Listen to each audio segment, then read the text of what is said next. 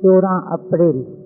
नहीं मानते हैं कि परमात्मा कोई है, परंतु कई है, परंतु जो मानते हैं उनको ये भी जानना जरूरी है कि पहले पहले परमात्मा क्या है, क्योंकि उनका भी यथार्थ नॉलेज होना चाहिए। एक परमात्मा की ही विषय है जिसके लिए अपने संसार में कहें सभी तरफ इसके लिए अनेकानेक बातें हैं। कोई परमात्मा के लिए कुछ बतलाते हैं, कोई परमात्मा के लिए कुछ, कोई कैसा कोई कैसा। जो अगर मानते हैं तो फिर उसके लिए अनेकानेक विचार हैं।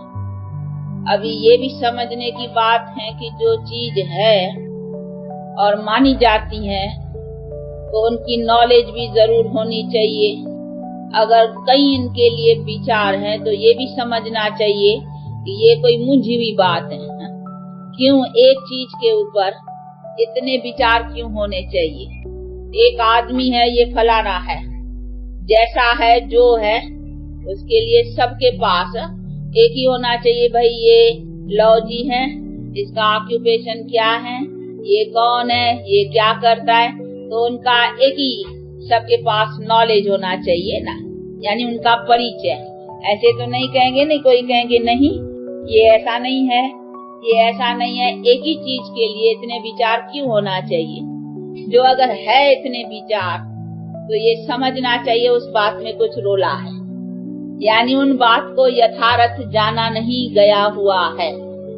अब ये भी समझने की बात है कि जिस विषय के ऊपर, परमात्मा की जानकारी के विषय के ऊपर इतना अनेक विचार है, अभी इसकी जानकारी यथार्थ कौन देवे कि आखिर भी वो कौन है।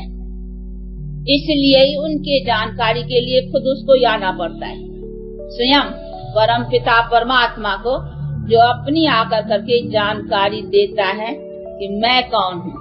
इसीलिए उसने कहा है कि जब जब ऐसा अधर्म, यानी इस चीज का अज्ञान हो जाता है कि मनुष्य न मुझे जानते हैं न अपने को जानते हैं, क्योंकि अपने को भी जानेंगे कैसे? मेरे द्वारा ही उनका नॉलेज, यानी अपने का, यानी मनुष्य का भी नॉलेज, मनुष्य को अपना पता भी मेरे द्वारा पढ़ने का है और मेरा पता भी मेरे द्वारा, कि मेरा तो कोई क्रिएटर नहीं है ना जो मेरा पता दे। अगर मेरा भी क्रिएटर, अगर क्रिएटर के ऊपर क्रिएटर, जो आखिर तो कोई रहेगा जिसका कोई क्रिएटर नहीं है, तो उसको ही तो गॉड कहेंगे ना। इसीलिए बाप कहते हैं कि मैं वो हूँ जिसका कोई क्रिएटर नहीं है। तो मैं तो क्रिएटर किसका हूँ? मनुष्य आत्माओं का। आत्माएं भी वास्तव करके अनादि हैं, कोई उनका भी कोई क्रिएटर नहीं है, परंतु फिर भी कहा जाता है कि मनुष्य आत्माओं का क्रिएटर गिना जाता हूँ, इसी ख्याल से कि मैं आकर करके आत्माओं को अपनी कंप्लीट प्यूरिफाइड स्टेज जो है उसी पर ले आता हूँ। तो प्यूरिफाइड बनाना आत्माओं को ये मेरा काम है, इसीलिए मैं क्रिएटर गाया हुआ हूँ। बाकी ऐसे नहीं है कि कभी आत्माएं भी नहीं है। आत्मा भी इमॉर्टल चीज है, परमात्मा भी इमॉर्टल चीज है, लेकिन ये दोनों ही अनादि हैं। तो दोनों अनादि अविनाशी होने के नाते जैसे परमात्मा का कोई क्रिएटर नहीं है, वैसे आत्माओं का भी कोई क्रिएटर नहीं है। वैसे तो इस मनुष्य सृष्टि का भी कोई क्रिएटर नहीं है, यानी मनुष्य भी अनादि है। तो ऐसे तो कोई चीज का कोई क्रिएटर हुआ ही नहीं, परंतु फिर भी जो उसको क्रिएटर कहा जाता है वो उसी नाते कहा जाता है कि वो आकर करके हम मनुष्य आत्माओं को हमारी जो कंप्लीट स्टेज है, जिसको प्यूरिफाइड स्टेज कहा जाए, उसी पर ले आता है। इसीलिए हमारे में प्यूरिफिकेशन भरने के कारण उनको उनका क्रिएटर कहा जाता है कि मनुष्य की जीवन की जो स्टेज कंप्लीट है उसी पर मनुष्य आत्मा को ले आता है। तो इसी नाते उनको कहा ही जाता है न्यू वर्ल्ड का क्रिएटर। वैसे वर्ल्ड तो अनादि है, ऐसे नहीं कि कभी वर्ल्ड है ही नहीं, वर्ल्ड अनादि है, परंतु वो आकर करके मनुष्य को इसी तरीके से नया बनाता है। ये पुराने हो गए न, अभी हम सब देखो ओल्ड हो गए, पुराने, उसका मतलब ही है आयरन एजेड वर्ल्ड अभी है, जिसको कहा ही जाएगा पुरानी दुनिया। तो हम सब अभी पुराने तमो प्रधान हो गए हैं। अभी बाप आकर करके फिर हमको सतो प्रधान बनाते हैं, इसीलिए उनको कहा जाता है नई दुनिया अथवा नई दुनिया का क्रिएटर। बाकी ऐसे नहीं, दुनिया ही नहीं है। तो ये भी चीजें समझने की है कि उसको क्रिएटर इसी नाते कहा जाता है। पर तो ये समझना कि जो परमात्मा इसी सभी बातों का जो यथार्थ नॉलेज है वो ही आकर के देते हैं। इसीलिए इस सभी बातों का निर्णय यथार्थ कि परमात्मा क्या है और हम मनुष्य आत्माएं क्या है और ये मनुष्यों के सृष्टि का चक्कर भी कैसे चलता है, इन सभी बातों की यथार्थ नॉलेज वो नॉलेजफुल गॉड ही जो है ना वो आकर करके देते हैं। इसीलिए उनको नॉलेजफुल भी कहते हैं, क्रिएटर भी कहा जाता है और हिंदी में भी कहते हैं पतित को पावन करने वाला, दुख हरता, सुख करता। ये सभी महिमा उनको दी जाती हैं। अभी जिसको दी जाती है उसको भी समझना चाहिए ना वो कौन सी चीज है। उनको भी कहेंगे सुप्रीम सोल, वो भी सोल है। अभी उनको जो कहीं समझते हैं सर्वव्यापी, अभी सोल को तो सर्वव्यापी कह नहीं सकते है ना। ये भी चीज समझने की है कि वो कौन सी चीज है। जैसे हम आत्मा है तो आत्मा अपने शरीर में, हर एक की आत्मा अपने अपने शरीर में अपनी अपनी आत्मा है। ऐसे नहीं है कि सबकी आत्मा एक ही है। अगर एक ही आत्मा होती तो सबके संस्कार, सबकी एक्टिविटी एक ही हो जाती, परंतु नहीं, जितने मनुष्य है इतनी आत्माएं हैं। तो आत्माएं कहेंगे, सोल्स, यानी बहुत, जितने मनुष्य आज दुनिया में जितनी संख्या है इतने आत्माएं हैं। तो ये भी समझने की बातें हैं, एक आत्मा तो नहीं है ना। तो परमात्मा भी जो चीज है वो भी तो सोल ही है ना। तो सोल जिस चीज को कहा जाता है और उनका है भी, वो शास्त्रों में भी है कि ज्योतिर्लिंगम आकारी, जिसका या अपने अनुभव के आधार पर चित्र भी निकाला हुआ है। ये नहीं है सामने, क्या है और थोड़ा आगे ले आओ। तो परम पिता परमात्मा जिसको कहा जाता है, ये कहा ही जाता है उस सुप्रीम सोल को। तो निराकार परमात्मा जिसको कहें, जिसकी प्रतिमा भी हमारे भारत में भी ये शिवलिंग की जो प्रतिमा है वास्तव कर करके, ये जो रामेश्वर की आप लोगों ने मूर्ति देखी होगी, ये राम बैठ कर करके भी शिवलिंग का पूजन कर रहा है।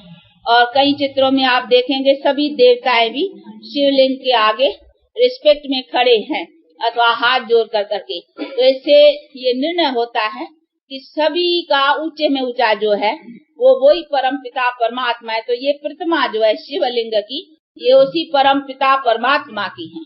तो उनको ही कहा जाता है सुप्रीम सोल अथवा निराकार परमात्मा। तो वो भी तो आकार में है ना, इसको निराकार कहा जाता है। उसका मतलब ये नहीं है कि उनका कोई अपना रूप या अपना कोई भी आकार नहीं है, नहीं, उसको भी कहेंगे। ये यहाँ तो बड़ा दिखाया हुआ है, नहीं तो इसको स्टॉल लाइक को बिंदी, जैसे बिंदी होती है ना वो एकदम, तो उनको काल परंतु ज्योति का, परंतु वो भी चीज है ना। ऐसे तो नहीं है कि ज्योति कोई फर्टाइल है, फैली हुई चीज है जो सब में सर्वव्यापक होंगी। नहीं, फैली हुई कोई चीज नहीं है जो सब में अंदर भी हो बाहर भी हो। जैसे कई समझते हैं कि परमात्मा वो चीज है जैसे सब में व्यापक है। सब में व्यापक कैसे, सोल कैसे सब में भला व्यापक होंगी तो भी सोल है ना। तो परमात्मा भी तो सोल है, परंतु उनको परम आत्मा सुप्रीम सोल कहा जाता है। तो वो चीज सब में व्यापक की तो चीज ही नहीं है ना। तो ये सभी बातें समझने की है कि वो कोई व्यापक चीज होने की चीज नहीं है। पर ऐसे कह सकते हैं, हाँ, सब उनको याद करते हैं, याद सब उसमें, याद सब में व्यापक है, वो बात एक अलग है। बाकी ये चीज सब में व्यापक है, ये चीज व्यापक कैसे हो सकती। इसीलिए जो कहीं समझते हैं परमात्मा सर्वव्यापी है, परंतु ये पहले व्यापक होगा ही कैसे, ये चीज कैसे व्यापक होंगी, बताए तो सही ना कोई। बाकी परमात्मा कोई ऐसी तो चीज नहीं है ना, तो जो ऐसी फर्टाइल चीज हो, फैली हुई, जैसे कई समझते हैं जैसे आकाश है ना, अंदर भी है बाहर भी है, वो आकाश की तरह से फैली हुई कोई चीज है, परंतु नहीं, ऐसी कोई चीज नहीं है। वो उनको कहा जाता है अखंड ज्योति तत्व, जिसको इन्फिनिट लाइट कहा जाता है, जिसमें ये निराकार परम आत्मा भी और हम सब सोल्स रहते हैं। जैसे इस ईथर में हम सब मनुष्य रहते हैं, तो हम ईथर तो नहीं है ना, हम मनुष्य रहने वाले इस ईथर में रहते हैं। इसी तरह से अखंड ज्योति तत्व में, जिसको इन्फिनिट लाइट अंग्रेजी में कहा जाता है, उसमें ये सोल, सुप्रीम सोल भी और सब हम आत्माएं रहते हैं। लेकिन हम जो रहने वाली चीज है वो तो सोल है ना। भले सोल भी ज्योति रूप है, ज्योति पर तो लिंगकारी, यानी उनको कहेंगे वो बिंदी, वो अपना संस्कार, हर एक के संस्कार रूप आत्मा है। तो इसीलिए वो सब फैली हुई चीज में, यहाँ फैलाव में आने वाली तो चीज ही नहीं है ना। इसीलिए ये जो कहीं मानते हैं कि परमात्मा सर्वव्यापी है, और एक तो वो चीज नहीं है व्यापक होने वाली, और दूसरी उसके व्यापक होने का कोई महत्व नहीं है। अगर व्यापक है तो व्यापक होकर करके हमारे लिए क्या उसका महत्व है? हमारे पास व्यापक होते हम दुख शांति में भी हैं, व्यापक होते आज हमारी दुनिया में कई अधर्मों के काम भी हो रहे हैं, तो क्या परमात्मा के व्यापकता के होते भी और हमारी जीवन गिरती रहे, या हमारे से कोई ऐसे अकर्तव्य काम होते रहे और हम दुख शांति में आते रहे, ये क्या हुआ? उसका व्यापकता का क्या महत्व हुआ? तो मैं तो आज कोई बड़ा आदमी भी कहाँ हाजिर होता है ना, कोई में देखो हमारा प्राइम मिनिस्टर था, तो कोई के हाजिरी में ऐसे बड़े आदमी में कोई भी ऐसा काम उल्टा हो जाता है तो कहते भाई तुम्हारे हाजिरी में और हमारा देश या हमारी जनता ऐसी दुखी है, तो आपका प्राइम मिनिस्टर बनना या ऐसे होने से फायदा ही क्या है? हा? तो अगर हमारा परमात्मा जो है ही सुखदाता, वो अगर ओमनी प्रेजेंट होता और सब में व्यापक होता, तो ये सोचने की बात है कि उसकी प्रेजेंसी में और हम ऐसे दुख और अशांति, तो उसके प्रेजेंट से फायदा ही क्या हुआ? हा? तब तो कहते उसको, जैसे कोई यहाँ काम नहीं करते तो उसको कहते नहीं मिनिस्टर को उतरो उतरो, देखो वो प्राइम मिनिस्टर पर आए, कहते उतरो, अरे तू अब संभाल नहीं सकते हो, तू जनता की सेवा ठीक नहीं कर सकते, तो उतरो उतरो।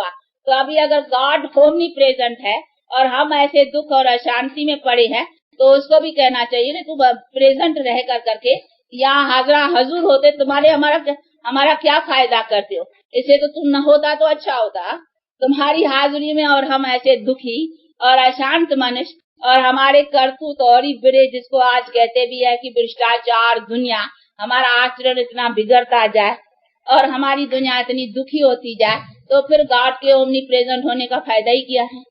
तो एक तो उनका फायदा नहीं रहा, दूसरी वो कोई ऐसी चीज भी नहीं है जो वो चीज बैठ कर करके सब में व्यापक रहे। इसीलिए ये भी बातें समझने की हैं कि जिसको परम आत्मा कहा जाता है वो सोल है, उनका अपना नॉलेजफुल, इनमें अपने सभी हम आत्माओं का नॉलेज है कि हम आत्माएं कैसे ऊपर थी, यानी ऊंची थी। ऊपर का मतलब ऐसे नहीं है हम अपने लाइफ में ऊंचे थे और फिर कैसे गिरे हैं, ये सारा हमारे कर्मों के चक्कर का जो है, ये सब इसके पास नॉलेज है, इसीलिए इसको नॉलेजफुल कहा जाता है। और वो अपने टाइम पर आकर करके नॉलेज देते हैं, और फिर आकर के हम मनुष्य आत्माओं को नॉलेज के थ्रू वो हमारे में ताकत भरते हैं, जिससे हमारी जीवन को सुख और शांति प्राप्त करती हैं हम, और ये कराने वाला निमित्त बनता है। तो इनका कर्तव्य हो गया ना, और इनका जो अपना संस्कार है नॉलेज देना और सबका नॉलेज इनके पास रहना, तो वो तो कोई चीज है ना। ऐसे नहीं कहेंगे कि कोई फर्टाइल या फैली हुई कोई चीज है या सब में व्यापक कोई चीज है। अगर व्यापक होती तो सब इसके गुण वाले, जैसा परमात्मा का गुण है तो सभी पास गुण होने चाहिए। गॉड कहा जाता है नॉलेजफुल, तो फिर सब नॉलेजफुल हो जाने चाहिए। बाकी वो व्यापक होकर के बैठ के क्या करता है, हा? उनके व्यापक होने का कोई तो फायदा या कोई तो गुण चलना चाहिए ना। तो जब की वो चीज है ही नहीं, तो उनको हम कैसे कह सके कि वो ओमनी प्रेजेंट है? इसीलिए ऐसा कहना और ही परम आत्मा की गिलानी करनी है। अगर हम उनको ऐसे समझें कि हाँ वो हाजरा हजूर है या वो ओमनी प्रेजेंट है, वो व्यापक है, तो उनके व्यापकता से हमें क्या फायदा है? नहीं, हमारे हर एक में अपनी अपनी आत्मा व्यापक जरूर है, लेकिन हम अपनी आत्मा में भी अभी तमो प्रधान है, यानी आत्मा हमारी भी अभी तमो प्रधान है। इसीलिए हम अपनी आत्मा में भी अभी तमो प्रधान होने के कारण ही हमारे कर्तव्य अथवा करतूत जो है ना, वो उल्टे चल पड़े हुए हैं। इसीलिए हम दुख और अशांति में है। वहाँ तो कोई परमात्मा के ओमनी प्रेजेंट या उनके व्यापक होने की कोई बात ही नहीं रही ना। ये तो हर एक के कर्म के हिसाब में, हर एक अपनी अपनी आत्मा अपना अपना कर्म का हिसाब जो कुछ बनाया है उसी का अपना नतीजा भोग रही है। इसमें उसके ओमनी प्रेजेंट होकर के रहने का भी क्या मतलब है, या क्यों रहे? रहने की तो कोई बात ही नहीं। कई समझते हैं वही तो चैतन्य सत्ता है ना, ये जो हमारा हाथ भी चलता है ना, पैर भी चलता है, या हम बोलते हैं, अगर वो परमात्मा न होता तो ये चैतन्यता न होती। तो इसीलिए कई समझते हैं वो चैतन्यता परमात्मा की है, और तो ऐसी बात नहीं है। चैतन्य तो आत्मा भी है ना, आत्मा को भी कहा जाता है सत्य चित्त आनंद स्वरूप, यानी वो भी चैतन्य है। परंतु वो चैतन्य तो आत्मा अपना देखो शरीर से जब ये आत्मा निकल जाती है, एक शरीर आत्मा छोड़ती है दूसरा लेती है, तो डेड बॉडी पड़ी हुई है, क्या निकल गई? आत्मा निकली ना। तो आत्मा को चैतन्य कहेंगे ना, ऐसे थोड़ी कहेंगे परमात्मा निकल गया, हा? कहेंगे आत्मा निकल गई। तो आत्मा में भी अपनी चैतन्यता तो है ना, जो शरीर में थी तो शरीर के द्वारा आत्मा बोलती थी और चलती थी, सब होता था। जब ये आत्मा निकल गई तो वो बॉडी पड़ी है, फिर कुछ हाँ चलती फिरता बॉडी तो कुछ नहीं हिले चलेगी ना, हाँ वो आत्मा निकल गई। तो आत्मा निकल गई कहेंगे ना, उसने जाकर के फिर जो शरीर लिया फिर वो चलना फिरना शुरू करेगा। तो ये सभी चीजें समझने की हैं कि आत्मा भी अपने गुण में चैतन्य है। ऐसे नहीं कहेंगे सिर्फ परमात्मा चैतन्य है, आत्मा भी तो चैतन्य है ना। तो आत्मा में भी अपनी चैतन्यता की सत्ता है। तो वो जो चलना फिरना है हर एक का, वो आत्मा की चैतन्यता से। बाकी ऐसे नहीं कहेंगे कि वो कोई परमात्मा है तभी चलता फिरता है, अगर परमात्मा न होता तो चलते फिरते कैसे? तो चलने फिरने के लिए कोई परमात्मा की वो चैतन्यता मानना या परमात्मा को चैतन्य इसी तरीके से मानना, ये भी रॉन्ग है। तो ये सभी चीजों को बहुत अच्छी तरह से समझना है कि परमात्मा वास्तव करके क्या है। भले हमारे भारत में इसकी प्रतिमा की यादगार पूजी मानी जाती है, परंतु यथार्थ रीत से न जानने के कारण कि ये इतनी शिवलिंग की क्यों महिमा है, क्यों ये सभी चित्रों में भी दिखलाया हुआ है कि देवता भी उनका रिस्पेक्ट करते हैं। तो जरूर देवताओं से भी कोई ऊपर है ना। तो देवताओं से ऊपर कौन है? ये जिसने बैठ कर करके मनुष्य को देवता बनाया है। बाकी ऐसे नहीं है देवताओं ने कोई बैठ कर करके उनका पूजन किया है, ये तो चित्रकारों ने चित्र पीछे बनाए हैं, ये तो चित्रकारों ने बना। बाकी ऐसा नहीं है कोई सच सच राम ने कोई बैठ करके इनका पूजन किया है। परंतु ऐसा राम और ऐसा कृष्ण जैसे मनुष्य जो थे देवताएं, वो कैसे बने थे? इन परमात्मा ने आकर कर करके ये प्यूरिफाइड बना कर करके ऐसा मनुष्यों को पावन बनाया था। फिर उनकी यादगारों में ये चित्रकारों ने बैठ कर करके चित्र बनाए हैं। बाकी ऐसे नहीं है कि उन्होंने बैठ कर करके कोई इन्हों को पूजा है। तो ये सभी चीजों को अच्छी तरह से समझने का है कि परमात्मा क्या और हम आत्माएं क्या, और हम आत्माएं कैसे नीचे आती हैं, अर्थात तमो प्रधान बनती हैं, और फिर हम आत्मा को ही सतो प्रधान बनने का है। बाकी उसी परम आत्मा को, सुप्रीम सोल को न ये तमो प्रधान बनता है न इनको सतो प्रधान बनने की कोई बात है।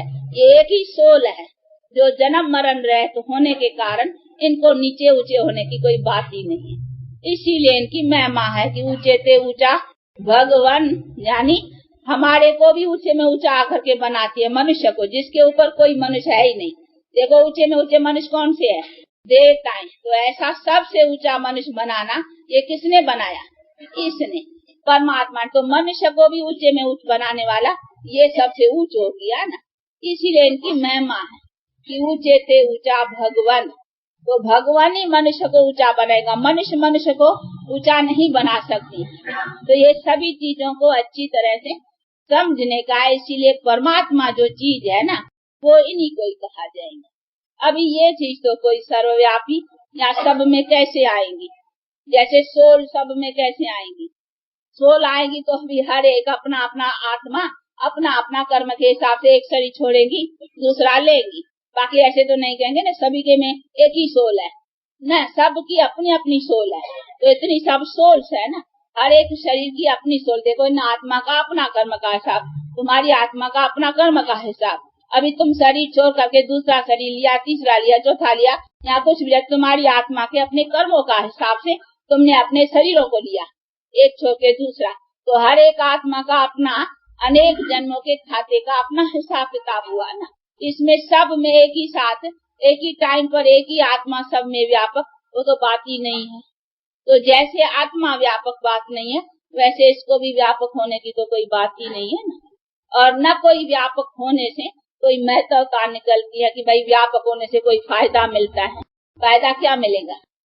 तो ये सभी चीजों को बहुत अच्छी तरह से समझना है, क्योंकि ये तो बातें ऐसी हैं कोई एक ही दम या एक ही टाइम पर समझाई नहीं जा सकती हैं। ये तो बहुत अच्छी तरह से कोई बातें बैठ कर करके कुछ टाइम दे करके सुने, तभी इन बातों को अच्छी तरह से कोई समझ सकता है। तो इसके लिए चाहिए टाइम, और इसको अच्छी तरह से, ये कोई ऐसे क्लासों में भी समझाने की चीज नहीं है, तो कोई अकेले आकर करके और अच्छी तरह से इन बातों के ऊपर सुने और समझे, फिर कोई बात न समझ में आए तो पूछ भी सके। यहाँ क्लास में तो कोई पूछ नहीं सकती है ना, क्योंकि वो सब में सबका टाइम खराब होगा। तो ये सभी बातें भी अच्छी तरह से समझने के लिए जरा कोई टाइम अच्छी तरह से दे करके सुने और समझे तो बहुत अच्छी तरह से समझ सके। क्योंकि ये जो हम बहुत काल से बातें सुनते आए हैं, सिर्फ उसी के आधार पर समझना कि ये बहुत काल तो हम परमात्मा को सर्वव्यापी मानते आए हैं और बहुत काल से हम ऐसे ही कहते आए हैं, तो उसकी माना वही बातें सत्य होंगी? नहीं, ये जो हम बहुत काल से सुनते आए, ये मनुष्यों के द्वारा सुनते आए हैं। ये हमारे वेद शास्त्र ग्रंथ आदि भी जो है वो भी तो मनुष्यों ने लिखा है, इसीलिए ये सभी है मनुष्य की मत। अभी हमको मिल रही है स्वयं परम पिता परमात्मा की मत। वो क्या समझाता है अपने लिए, तो उनके बात को भी समझना चाहिए ना, क्योंकि यथार्थ अपना नॉलेज यही देगा। इसीलिए अभी ये क्या समझाता है और क्या बतलाता है कि मैं क्या हूँ और तुम मनुष्य भी क्या हो, तो उन्हीं बातों को भी सुनना समझना चाहिए। बाकी तो हम जो सुनते आए हैं ना, तो इसीलिए ये नहीं है कि बहुत काल से चली आई है बहुत, इसीलिए वो सत्य होंगी, नहीं। परमात्मा ने तब क्यों कहा कि जब जब ऐसा अधर्म यानी अज्ञान होता है तभी मैं आता हूँ। तो उसके पहले वेद शास्त्र ग्रंथ भी थे ना, तब तो अर्जुन को कहा ना, इन सभी अध्ययन करने से मेरी प्राप्ति नहीं हुई, तुमको भी ना, तब तो कहा ना सबको भूलो। और अर्जुन के ही मिसाल में है ना, गीता में ही है कि ये सब जो तुमको गुरु आदि ये सभी जो तुम्हारे पढ़ाने वाले हैं, जिसने तुमको पढ़ाया है, इन सब को भी भूलो। कहा ना, उसमें तो कहा है मारो। ये द्रोणाचार्य भीष्म पितामह आदि आदि जो तुम्हारे गुरु खड़े हैं, इन सब को मारो, परंतु मारो कोई हिंसा के लिए तो नहीं। भगवान कहेंगे ना कि इनको सबका गला काटो। उनका मतलब यही था कि इन सबको भूलो, जो तुमको उन्होंने पढ़ाया सिखाया, तो इन गुरुओं को भी भूलो और ये मामा काका चाचा बाबा भी भूलो, और जिन्होंने भी जो भी अभी तुम्हारे सब ये रिश्ते हैं इनको भूल करके अभी मेरे से अपना रिश्ता जोड़ो। अर्थात मन मना भव, गीता में भी है ना, मन को अभी निरंतर मेरे में लगा, बाकी ये सभी तो बातें भूल जा। क्यों भूलवाई? क्योंकि वो सभी बातें मनुष्यों की थी, मनुष्यों ने बैठ कर करके सुनाई थी। इसीलिए बाप ने समझाया कि वो मनुष्य की बुद्धि है, अभी मेरी बुद्धि जो है ना वो तो सबसे श्रेष्ठ है ना, और यथार्थ मेरी बुद्धि तुमको नॉलेज दे सकेंगी, मनुष्य की बुद्धि तुमको यथार्थ नहीं देंगी। इसीलिए कहा उन सब बातों को भूल करके अभी जो मैं सुनाता हूँ उन्हीं बातों को सुन, और उसी को सुनकर उसी पर अभी चल, तो तू अपने स्वर्ग का अधिकार पा सकेगी। तो ये जो अभी अपन सुन रहे हैं ना, ये कोई मनुष्य की मत नहीं है, हम कोई मनुष्य के द्वारा नहीं सुन रहे हैं। ये भी कोई भूल न करे, हमको कोई दादा नहीं सुनाते हैं, क्योंकि बहुतों ने सुना है दादा का नाम, इसीलिए बतलाया जाता है कि हमको कोई नॉलेज देने वाला दादा नहीं है, दादा को भी नॉलेज देने वाला ये। तो इसने बैठ कर करके नॉलेज दिया है, अपना परिचय, और हम सारे मनुष्य सृष्टि के चक्कर का ये नॉलेज ये स्वयं उसी परम पिता परमात्मा ने बैठ करके समझाया, जो दादा भी समझ रहे हैं और हम भी सब समझ रहे हैं, और उन्हीं के द्वारा इसी सभी बातों को जान कर करके और दूसरों को भी सुनाया जा रहा है। तो ये नॉलेज कोई अपनी मन मत या अपनी कोई कल्पना नहीं है, ये उनकी यथार्थ जो जानी जाननहार और जिसको नॉलेजफुल कहा जाता है वो बैठ कर करके समझा रहा है। अभी इसको भी समझाने के लिए ऑर्गन्स तो चाहिए ना, इसीलिए वो आकर करके टेम्पररी मुख का आधार लेकर करके और सुनाते हैं, बाकी सुनाने वाला ये है। तो ये सभी चीजों को भी अच्छी तरह से समझना है कि यथार्थ नॉलेज क्या है और परमात्मा क्या है। इस चीज को सर्वव्यापी कहना ये बड़ी भारी भूल हो जाती है, और न ऐसी चीज है जो सर्वव्यापी हो सके, न इनकी जो क्वालिफिकेशन है इसके व्यापकता होने से, फिर तो सभी मनुष्यों में वो क्वालिफिकेशन भी व्यापकता में आनी चाहिए, पर तो कहाँ है? ये तो मनुष्य और ही डिस्क्वालिफाइड बनते जा रहे हैं। अगर ये सब में व्यापक है तो फिर इसकी व्यापकता का महत्व क्या हुआ? तो ये सभी चीजों को, जब भी मनुष्य भी कोई प्रेजेंट रहता है जिस स्थान पर, तो उनको भी खींचा जाता है कि भाई आपकी हाजिरी में ये काम ऐसा नहीं होना चाहिए। तो हमारे इतने परम पूज्य परमात्मा अगर अभी हाजरा हजूर हो, तो उसके हाजिरी में क्यों हमारी दुनिया ऐसी गिरती आई है? फिर तो उनके होने से हमारी दुनिया ऊंची ऊंची चलनी चाहिए, पर तो ऐसे नहीं। तो ये सभी बातें समझने, इसीलिए बाप कहते हैं मैं जब भी आता हूँ तो मैं आकर करके दुनिया को ऊंचा उठाता हूँ। मैं एक ही बार आता हूँ और एक ही टाइम आता हूँ, और वही टाइम आकर कर मैं दुनिया का डिस्ट्रक्शन और कंस्ट्रक्शन का काम करता हूँ। तो उसके कर्तव्य करने का तो बहुत महान महिमा है ना। ऐसे नहीं है कि उनका कर्तव्य कोई सदा ही चलता रहता है। कहीं ऐसे समझते हैं कि उनका काम तो सदा ही, ये सब जो कुछ चल रहा है ना, यही तो परमात्मा की सत्ता से चल रहा है। लेकिन ये सत्ता थोड़ी है जिसमें हम दुख और अशांति, जहाँ हमारी दुनिया दुख अशांति में और इतनी अपने यहाँ भ्रष्ट आचरण में चलती जा रही है, उसमें उनकी व्यापकता रखना, ये तो गोया उनकी इंसल्ट ही करना है ना। तो ये सभी चीजों को समझना और यथार्थ अपने पिता को जब तक न जाने तब तक हमारा योग अथवा कनेक्शन उस बाप से हो नहीं सकता। क्योंकि हम परमात्मा कोई देवता को भी नहीं कह सकते हैं, राम कृष्ण आदि को भी परमात्मा नहीं कह सकते हैं, उनको भी देवता कहेंगे। वो तो मनुष्य जो देवताएं थे, जो क्वालिफाइड मनुष्य थे वो थे, बाकी परमात्मा तो इनको कहेंगे ना। तो ये सभी चीजों को समझने का है। इसीलिए परमात्मा का ऑक्यूपेशन और देवताओं का ऑक्यूपेशन, ये सभी बातों को समझना चाहिए। ऐसे नहीं है सब मिल मिला करके एक ही एक था, परमात्मा भी एक ही एक, देवता भी एक ही एक, मनुष्य भी एक ही एक, सब एक ही थोड़ी है। मिनिस्टर भी एक ही एक, गवर्नर भी एक ही एक, सब एक ही कैसा होगा? सबका ऑक्यूपेशन, सबकी पोजीशन, सबका कर्तव्य अपना अपना है। इसीलिए देवताओं का कर्तव्य अपना और परमात्मा का कर्तव्य अपना, और सभी का अपना अपना समझना ही चाहिए। सबको मिला करके एक करने से, यही तो देखो, इसी कारण ही तो हम आज भूल के कारण ही तो दुखी हुए हैं ना। तो इन सभी बातों को अच्छी तरह से समझना है, और समझ कर करके यथार्थ से अगर उसे हम कनेक्शन जोड़ेंगे ना, तभी हमको उनका यथार्थ बल मिलेगा। तो ये सभी चीजें समझने की। अच्छा, अब टाइम हुआ है इसलिए क्लास बंद करते हैं, लेकिन इन बातों को, ये ऐसी विषय है जिसके ऊपर तो बहुत टाइम है समझने की बातें हैं, क्योंकि बहुत काल से ये बातें चली आई है ना। तो इतनी जो बातें चली आई है उसको अभी परमात्मा फिर राइट वे कैसे समझाते हैं, तो उन बातों को भी तो समझने का टाइम चाहिए। तो इसीलिए कोई नए आए हुए हो तो उन्होंने तो राय है, तो कुछ टाइम दे करके सुनेंगे, आकर के समझेंगे तो अच्छी तरह से समझ पा सकेंगे। अच्छा, 2 मिनट साइलेंस कर करके उससे रिलेशन जोड़ कर करके याद रखो, तो हम जानते हैं उससे हमारा क्या रिलेशन है। अभी प्रैक्टिकल में उसके साथ रिलेशन में है कि हम उसकी संतान है प्रैक्टिकल, और उनका जो फरमान है बी होली योगी, अर्थात पवित्र रहो, और फिर मेरे साथ मुझे याद भी करो। याद करने का क्यों फरमान है? क्योंकि हमारे पर जो पापों का बोझ है पहले का चढ़ा हुआ, उसको उतारने के लिए कहा भी है गीता में कि पापों को नष्ट करना, मेरा योगी पापों को दगत कर सकेगा। तो मेरा योग, तो उनको याद रखो, तो उनको भी जान कर सके। ऐसे नहीं कोई भी रूप से याद करे, जैसे भी करे नहीं। वो कहते यथार्थ में जो हूँ जैसा हूँ, मुझे जान कर यथार्थ रीति से जो याद करते हैं वो मुझे यथार्थ पाते हैं, अथवा मेरे द्वारा यथार्थ जो प्राप्ति है वो कर सकते। अच्छा।